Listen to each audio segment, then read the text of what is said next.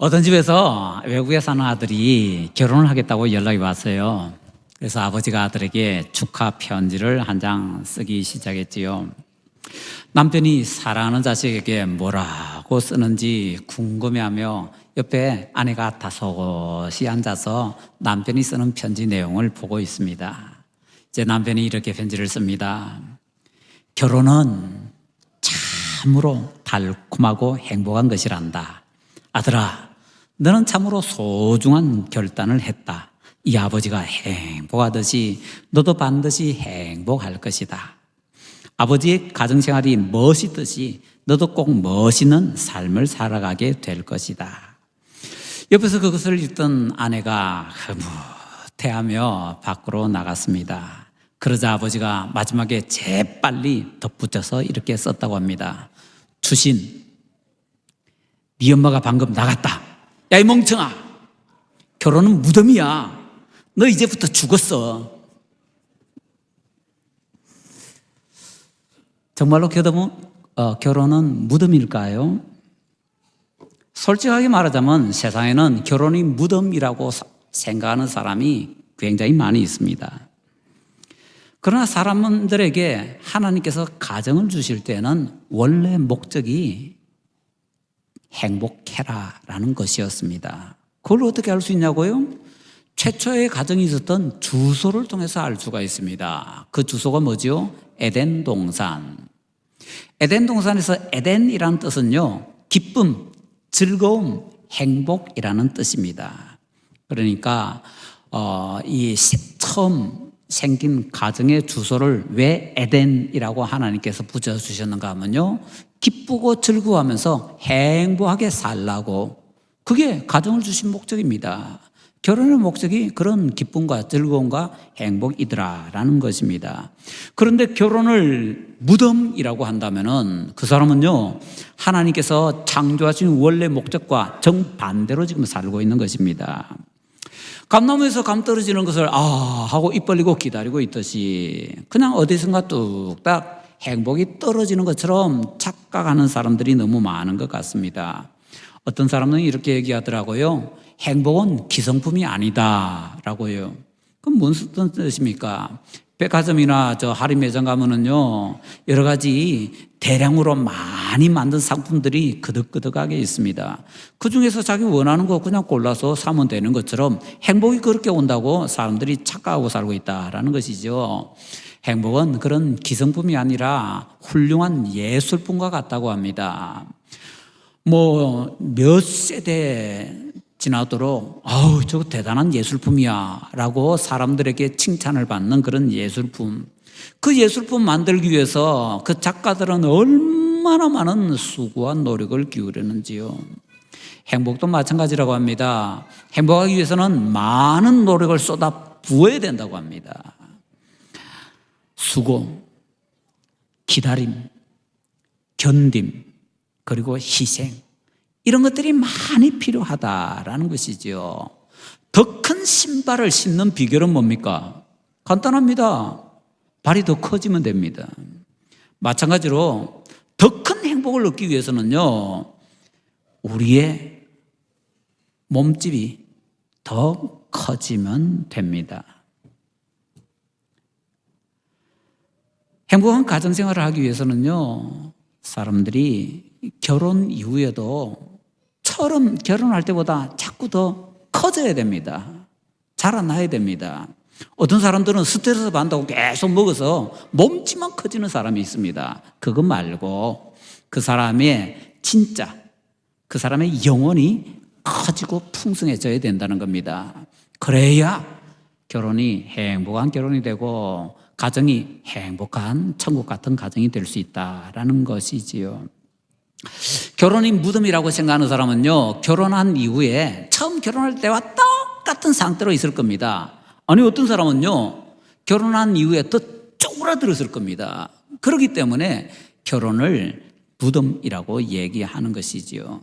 결혼 후에 조금이라도 더 성장했다면, 그리고 성장하고 있다면은요, 절대로 그런 말이 안 나올 것입니다. 행복한 삶을 사는 비결이 뭐냐? 점점 더 성장해 나가는 겁니다. 항상 성장하는 그런 귀한 모습을 보여주는 최고의 모델이 누구냐? 예수님입니다. 예수님은 어떻게 성장하셨는지 볼까요? 누가복음 2장 52절 말씀 우리 같이 다시 한번 읽어보겠습니다. 예수는 지혜와 키가 자라가며 하나님과 사람에게 더욱 사랑스러워 가시더라. 아멘. 네 가지 부분에 있어서 예수님께서 성장하셨다라고 하네요. 첫째, 지혜. 지혜는 정신적인 겁니다. 키. 육체적인 겁니다. 하나님께 사랑받는 거 영적인 것입니다. 사람들에게 사랑받는 거 사회적인 것입니다. 이 말씀을 제대로 이해하기 위해서는 조금 복잡해 보이지만은요, 사람이 어떤 존재인가, 사람이 무엇으로 구성되었는가라는 것을 좀 제대로 정리해 볼 필요가 있습니다. 사람이 무엇으로 이루어져 있는가라는 것에 대해서 성경에서는 두 가지로 이루어져 있다고 가르쳐 줍니다. 창세기 처음 딱 보니까요, 하나님께서 사람을 만드실 때 흙으로 사람을 만드시고 그 코에 생기를 불어넣으셨다고 합니다. 흙으로 만들어진 것, 몸, 신체고요. 그 다음에 생기, 영혼입니다. 그래서 사람은 영혼과 신체 두 가지로 이루어져 있습니다. 둘로 이루어져 있다 해서 이분설이라고 합니다. 그런데 어떤 사람은요, 그게 아니고 사람은 세 가지로 이루어져 있다라고 하면서 삼분설을 주장합니다. 삼분설을 주장하는 사람은 영혼에서 영과 혼을 떼서 이렇게 얘기합니다. 사람은 영, 혼, 육 세 가지로 구성이 되어 있다라고요. 그럴듯합니다. 그런데 누군가 뭔가 주장할 때는요, 제목만 보지 말고 내용을 좀 제대로 봐야 됩니다. 내용을 제대로 보면요, 그 삼분설이라는 것은 성경과 아무 상관이 없는 내용이다라는 것을 알 수가 있습니다. 삼분설 주장하는 사람들이 잘 모르는데요, 그 삼분설은 내용이 뭔가 하면은 이런 겁니다. 처음에 사람이 이제 이렇게 만들어질 때 또는 나올 때 영혼이라는 것이 있고 육체라는 것이 있는데, 영혼은 깨끗하고 선한 것입니다. 육체는 더럽고 지저분하고 악한 것입니다.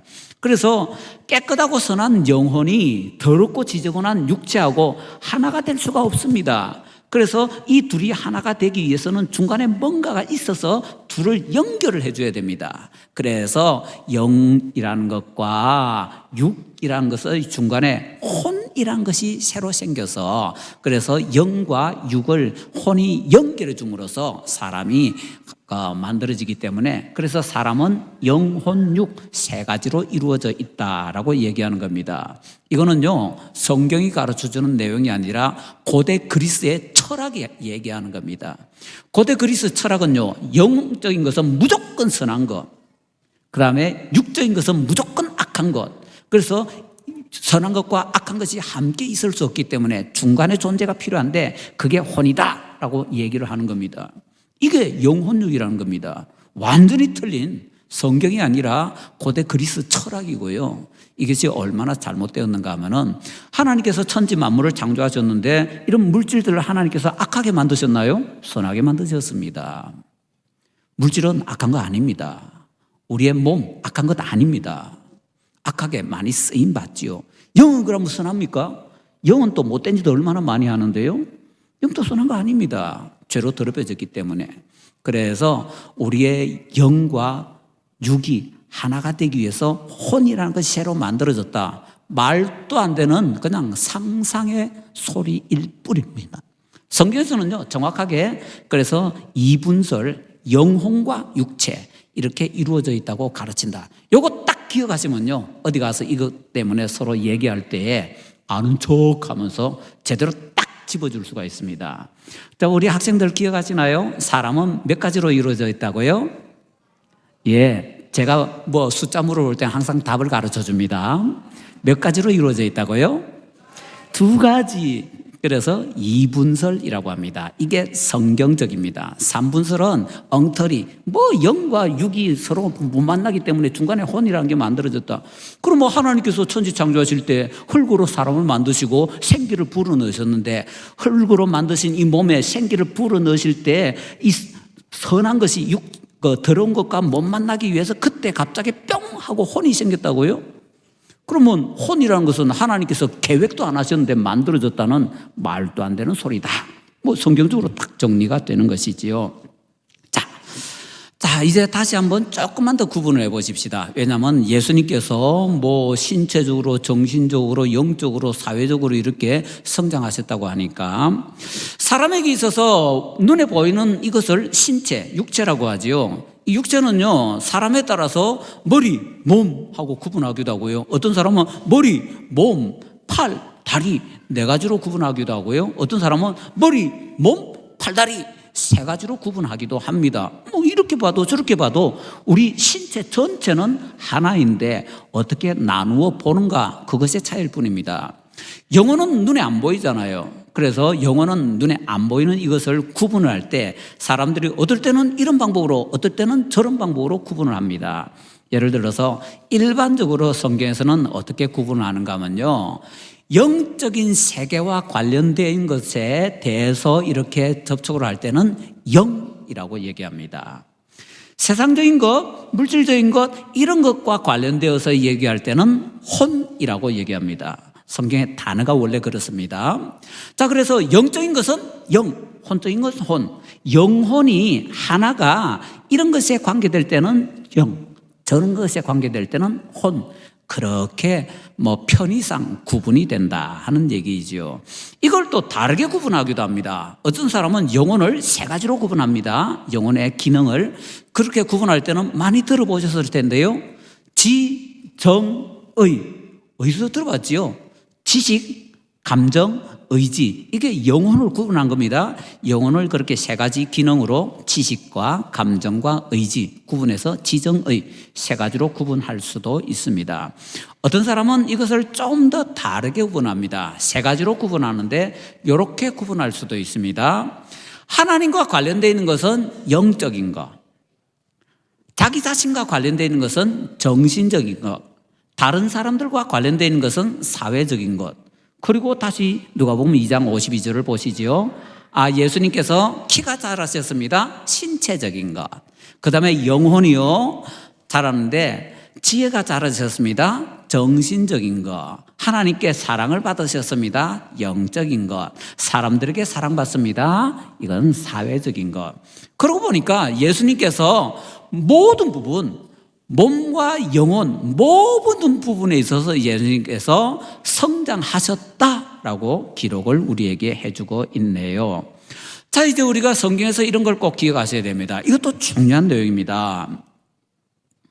예수님께도 청소년기가 있고 청년기가 있었습니다. 예수님께서는 그때 어떻게 성장하셨을까요? 성경에서는요, 딱 한 구절, 성경 전체에서 예수님의 청소년, 청년기를 딱 한 구절로 얘기해 주는데 그게 우리가 읽었던 본문의 말씀입니다. 이거 외에는 성경에서 아무것도 안 가르쳐 줍니다. 그러면 어떤 사람들은 옛날에 어떤 책 보니까 예수님께서 어릴 때에 어떤 기적을 행하셨대. 거짓말입니다. 그냥 소설 쓴 겁니다. 머리로 상상을 해서 예수님께서 어릴 때 저 인도에 가셨대. 소설입니다. 그런 거 없습니다. 그냥 자기 마음대로 상상해서 소설로 써낸 겁니다. 예수님 어릴 때의 모습은 딱 이거 하나입니다. 그 더 어릴 때는 뭐 성전에 올라가신 거 이런 거 조금 기록이 있긴 한데요. 그거는 더 어릴 때이고 청소년기부터 청년기에 대해서는 딱 요 한 구절밖에 없다라는 것입니다. 그래서 예수님께서 인도에 갔다 왔다 그냥 소설 쓴 거고, 예수님께서 어릴 때 기적을 행하셨다 소설 쓴 거다. 요것만 정확하게 알면은요, 또 사람들이 와서 별별 엉뚱한 소리를 내도 그거는 다 엉터리고 성경은 이렇게 가르쳐줘 라고 정확하게 얘기를 할 수 있다라는 것이지요. 자, 다시 돌아와 볼까요? 예수님께서는 신체적으로, 정신적으로, 또 영적으로, 사회적으로 모든 부분에 있어서 성장을 하셨습니다. 그러나 또 가만히 보니까요, 예수님께서는 갓난 아기로 오셔서 조금씩 모든 부분이 성장해 나가셨네요. 평범하게 성장을 하셨습니다. 기적 행하지 않으셨습니다. 이걸 볼 때 우리가 알 수 있는 것은요, 예수님께서 우리의 평범한 일상생활을 무시하지 않는다는 겁니다. 뭔가 대단한 사람은요, 평범하게 안 사는 것처럼 생각하는데 아닙니다. 세상에서 가장 부자도요, 하루에 3끼밖에 안 먹습니다. 세상에서 되게 잘난 사람, 뭐 대통령이라고 하루에 잠을 몇 번씩 자겠습니까? 잠 한 번밖에 안 잡니다. 평범한 일상생활은 모든 사람들에게 공통적으로 주어져 있는데 예수님께서도 그렇게 평범한 삶을 사시면서 그런데 그 모든 부분에 있어서 조금씩 성장을 해 나가셨다라는 것이 중요하다는 것입니다. 흔히 기적적인 것을 경험하게 되면은 내 믿음이 엄청나게 커질 거야. 내가 다 엉터리입니다. 평범한 생활 속에서 하나님께 조금씩 의지하면서 우리의 믿음이 조금씩 커져 나간다라는 것입니다. 믿음만이 아니라 우리의 일상생활도 또 그와 마찬가지로 조금씩 더 좋아지고 성장해 간다라는 것을 최근에 저는 운동을 통해서 좀 많이 경험을 하게 되었습니다. 제가 한때는 건강이 너무 안 좋아서 앉아도 있을 수 없고 서 있을 수도 없고 누워 있을 수도 없고 왜냐하면 허리 디스크, 목 디스크 때문에요. 특히 목 디스크 때문에 얼마나 아픈지 앉거나 서나 누우나 아무것도 못하고 그냥 아파. 일주일 동안 잠을 거의 못 잤습니다. 죽겠더라고요. 너무너무 고통스러운데 그때에 제가 생각한 것이 이러다 죽겠구나. 그래서 운동을 좀 해야 되겠다라는 생각이었습니다. 감사하게도 우리 지사님 중에 한 분이 어떻게 잘 연결을 해서 그 위기 상황은 넘기게 되어서 건강을 조금 회복하게 되었습니다. 건강을 조금 회복하면서 이제 운동을 해야 되겠다 하고 이제 운동을 찾았는데 제가 몸 상태가 너무 안 좋기 때문에 할 수 있는 운동이 별로 없더라고요. 그래서 몸에 무리가 안 가면서 하는 운동이 뭐가 있지라고 살펴보니까 역시 최고가 물속에서 하는 거더군요. 그래서 이제 수영을 배우게 되었습니다. 수영 배우게 되면서 참 자존심 많이 상했습니다. 여기 있는 우리 어린이들, 우리 학생들 정도 나이는 오면은요, 빠른 사람은 딱 3달 만에 기초반에서 저 제일 높은 마스터반까지 가버리더라고요. 보통 이제 어린이들은 조금 평범한 사람들은 한 6개월 정도면 가버리더라고요. 저는 3년이 되었는데도 중급반을 벗어나지를 못했습니다. 저 나름대로 죽도록 노력을 합니다. 제가 이제 수영하러 가면요, 옆에 다른 아줌마들이 보고 저 아저씨는 수영도 저렇게 못하는데 3년 동안 저렇게 열심히 다녀. 그렇게 대단하다고 할 정도로 열심히 다녔습니다. 그런데 저는 아무리 노력을 해도 안 되는 겁니다. 그래서 찾아봤죠. 나는 왜 안 되지? 그러고 살펴보니까 제가 목이나 어깨나 이런 부분이 너무 아프고 안 좋다 보니까 자세가 안 나와요. 수영 자세가. 자세가 안 나오니까 제대로 된 자세를 가져야 제대로 된 폼이 나오고 그 폼을 통해서 수영이 제대로 배워지는데 이게 제대로 안 되니까 저는 이거 고개 돌리는 것이 제대로 안 돼서 고개 좀 돌린다고 노력하면 몸이 휙 돌아가거든요. 그러니까 안 되더라고요. 그래서 이 수영은 내가 조금 건강을 회복하는 데 도움은 되었지만 이것 가지고는 내가 완전히 건강을 회복할 수 없구나 하고 다른 운동을 찾게 되었습니다. 그래서 무슨 운동을 하면 좋을까라고 찾다가 제가 알게 된 것이 로잉머신이라는 겁니다. 노젓는 기계. 노젓는 기계를 이제 한번 해야 되겠다 해서 이제 노젓는 기계를 하나 로잉머신을 구입을 해서 집에 이렇게 넓게 이제 눕혀놓고 이제 그걸 타는데요. 처음에요. 5분 동안에 보면은 단계가 세기가 0부터 한 10까지 있습니다. 그 중에서 제일 낮은 0에다 놓고 그 다음에 5분 동안에 1000m를 이렇게 노를 젓는데요. 5분 동안 1000m 노젓고 옆에 들어 누웠습니다.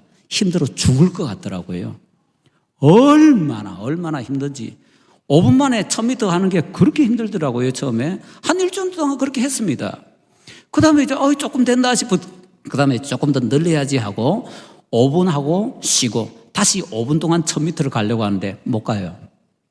그래도 낑낑거리면서 다시 열심히 노력해서 한 2주 지나니까 이제 5분 하고 조금 쉬고 5분 하고 이렇게 할 수가 있게 되었습니다. 그렇게 조금 하다가 된다 싶으니까 다시 이제 도전! 이래서 5분 동안 1000m 가는 것을 3번을 하게 되었습니다. 낑낑거리면서 그게 넘어가기가 너무너무 힘들더군요. 그래서 낑낑거리면서 또 몇 주 하니까 되었습니다. 되네? 그 다음에 어떻게 할까요? 5분짜리 4개! 이러고는 이제 또 하는데 정말 죽을 것 같았습니다. 그래도 해봤습니다. 5분짜리 4개를 한번 하고 나니까요, 욕심이 생기는 겁니다. 나도 좀 되네? 그래서 더 하자. 그래서 이제 그다음부터는 방법을 바꿔서 10분짜리로 했습니다. 10분 동안에 이제 2,000m, 그리고는 조금 쉬고 또 10분 만에 2,000m. 처음에 그게 안 되더라고요. 10분만 하고 나니까요. 그 다음에 10분짜리 2개 하려니까 되지가 않습니다. 그래도 낑낑거리면서 또 해봤습니다. 그래서 10분짜리 1번, 2번, 3번, 4번, 5번까지 갔습니다. 그래 하다 보니까 좀 되네 이거. 그럼 다시 20분짜리로 해서 20분짜리로 또 지금은 어떻게 할까요? 지금은 40분 동안 한 번도 안 쉬고 그냥 합니다. 그리고 어느 정도로 하는가 하면은 로잉머신 하신 분들은 좀 아실 텐데 처음에 30분 동안은 6,600m를 갑니다. 세기는 한 7.5 정도로 하고요. 별로 안 놀라시네요. 모르죠? 한번 해보세요. 7.5 세기로 30분 동안 6,600m 한번 달려보십시오. 죽습니다. 근데 합니다. 물론 건강이 좋아서 하는 건 아니고 그거 하고 나서 가끔 가다가 어떤 때는 너무 힘들어서 아파서 들어 눕습니다. 그래도 건강해지고 싶어서 억지로 합니다. 그런데 그걸 하면서 느끼게 된 게 처음에는 그 5분 동안 1,000m도 못 가가지고 그냥 들어 눕던 사람이 조금씩 몇 달 동안 지금 이제 1년 다 돼 가는데요. 조금씩 노력하니까 되더라고요. 힘들어 죽겠지만은 가끔 가다 아파서 들어 눕지만은 되더라고요. 그래서 느낀 것이 조금씩 성장한다는 것이 이만큼 중요하구나라는 것을 알게 되었습니다. 사람이 큰 신발을 신는 비결은 간단하잖아요. 발이 커지는 것밖에 없습니다. 마찬가지로 건강하기 위해서는 조금씩 성장하는 수밖에 없습니다. 행복한 가정생활을 하려면요 별거 없습니다. 조금씩 자기가 성장해 나가면 됩니다. 그래서 자기가 인격이 조금 커지고 마음이 조금 넓어지고 하는 만큼 가정이 좀 더 기뻐지고 가정이 좀 더 행복해지게 되는 것입니다. 욕심내지 마십시다. 조금씩입니다. 조금씩 변화를 해 나가면은 무속에서요 평범한 일상생활 속에서 변화해 나가면은 점점 더 귀한 모습으로 우리가 변해지게 되어 있더라라는 것이지요. 조지 모리슨이라는 분은 이렇게 얘기합니다. 변화된 사람이 제일 먼저 해야 되는 의무는 전에 하던 일을 전보다 더 훌륭하게 잘 해내는 것이다. 훌륭해졌다면요, 훌륭해진 만큼 옛날에 하던 일을 더 멋있게 더 잘 해내야 된다라는 것이지요. 우리는 더 큰 일을 하면서 더 멋진 사람이 되고 싶습니다. 그러기 위해서는 평상시 생활 속에서 조금씩 더 커져가는 것이 꼭 필요하다라는 것을 잊지 마십시다. 왜 이것을 계속 강조합니까? 우리는 한 번에를 너무 좋아하기 때문입니다. 우리는 시간에 마디를 둡니다. 시간의 마디 중에 제일 큰 마디 중에 하나는 년이지요. 근데 10년 마디도 있고요, 100년 마디도 있고요, 더 큰 것은 1000년 마디가 있잖아요. 지금도 기억합니다. 2000년이 될 때에 1999년 12월 31일에 전 세계가 밀레니얼 이래가지고 얼마나 난리를 쳤는지요. 그런데 그게 얼마나 웃긴 일인가 하면요, 2000년은 21세기라는 2000년대의 시작이 아니라 1900년대의 마지막 해입니다. 그래서 2000년은 21세기 아닙니다. 20세기의 마지막 해고요, 1900년대의 마지막 해일 뿐입니다. 그런데 앞에 200으로 시작한다고 해서 전 세계가 어떻게 엉터리로 약속을 했는가 하면요, 보통 때는 그렇지만은 이번만은 2000년이 새로운 시대가 시작하는 거라고 우리가 그렇게 약속하자, 인정하자 그러고는요 20세기의 마지막 해를 21세기의 첫 해로 만들어 버렸습니다. 그리고는 밀레니얼 축제하면서 전 세계가 얼마나 난리를 쳤는지요.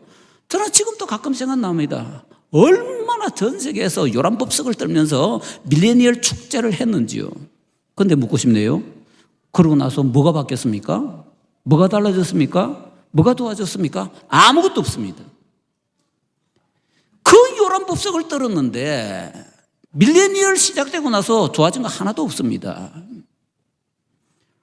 그 그 먼 때 비교할 필요 없이 여기 있는 학생들도 생각해 봅시다. 작년 말에 2022년 12월 31일에 우리는 어떻게 했습니까? 오, 새해가 온다. 2023년. 그래서 어떤 사람은요, 뭐 해를 보러 간다면서 뭐 정돈진까지도 가고 별거 다 했잖아요. 우린 들떴습니다. 2023년 새롭게 시작하면서 어마어마한 일이 우리에게 일어날 거야. 지금 한 5달 지났잖아요. 뭐가 달라졌나요? 아무것도 없습니다. 만약에 달라진 것이 있는 사람이 있다면 그 사람은요, 그만큼 수고하고 노력했기 때문입니다. 남들이 모르는 곳에서 피도 흘리고 땀도 흘리고 눈물을 흘렸기 때문입니다. 그것이 모였기 때문에 다른 사람들은 아무것도 안 변했는데 바로 그렇게 조금씩 변화했던 사람은 많은 것이 달라진 것을 지금 이 시간에 누리고 있다라는 것입니다. 그래서 행복한 삶을 살기 위해서 우리에게 필요한 것은요, 매일 매 순간 조금씩 달라지는 겁니다. 더 좋은 모습으로. 그래서 여기 있는 우리 어른들은요, 달라질 만한 모습이 많지 않지만은 여기 있는 우리 어린 사람들은 매일매일 지금씩부터 조금씩 달라진다면 나중에 여러분들의 삶이 어마어마하게 달라질 것이고, 지금 여러분들은 부모님들이 상상하는 것 몇 배로 엄청나게 훌륭한 사람이 되어서 살아갈 수 있게 될 것입니다. 날마다 예수님을 닮아서 조금씩 성장하는 우리 자라나는 세대, 또 우리 모든 어른 세대 되시기를 예수님 이름으로 축원합니다.